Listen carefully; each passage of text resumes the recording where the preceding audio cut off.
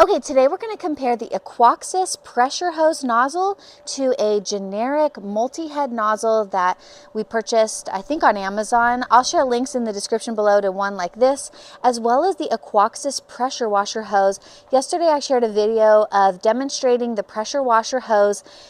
There was some mixed reviews, like, is it really a pressure washer? Is it not? But I do want to show you, because you can actually get this for a really inexpensive price right now on Amazon, the Aquoxis, versus a regular multi-head hose nozzle. All right, so we got the first one on jet mode. That's going to be the straight highest pressure mode. Let's look at the stream and the distance and how thick or heavy the drops are.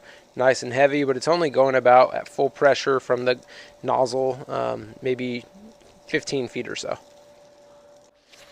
Okay, and here's what it's like putting the Aquoxis onto a standard garden hose. These are the Flexzilla garden hoses that I purchased on Amazon. All right, now we got the Aquoxis pressure. So considerably shooting further. The stream looks like just as heavy as the other one, the conventional, but now we're shooting about 20 feet or so. And just a note, you can twist the head of this and get a multi-pattern, like a combination nozzle, just like that conventional one. So it's very easy to manipulate, but I would say, yeah, that pressure and that stream is quite a bit further reach and heavier and harder. What's it like when it hits your hand? I mean, it feels very similar to the other one, I would say. But the fact that you can reach out further and spray things with just as much pressure, I like that. So final thoughts, the Aquoxis pressure nozzle is definitely not a pressure washer, not even close. But what I will say is it's very comparable to the conventional nozzle combi head, but the Aquoxis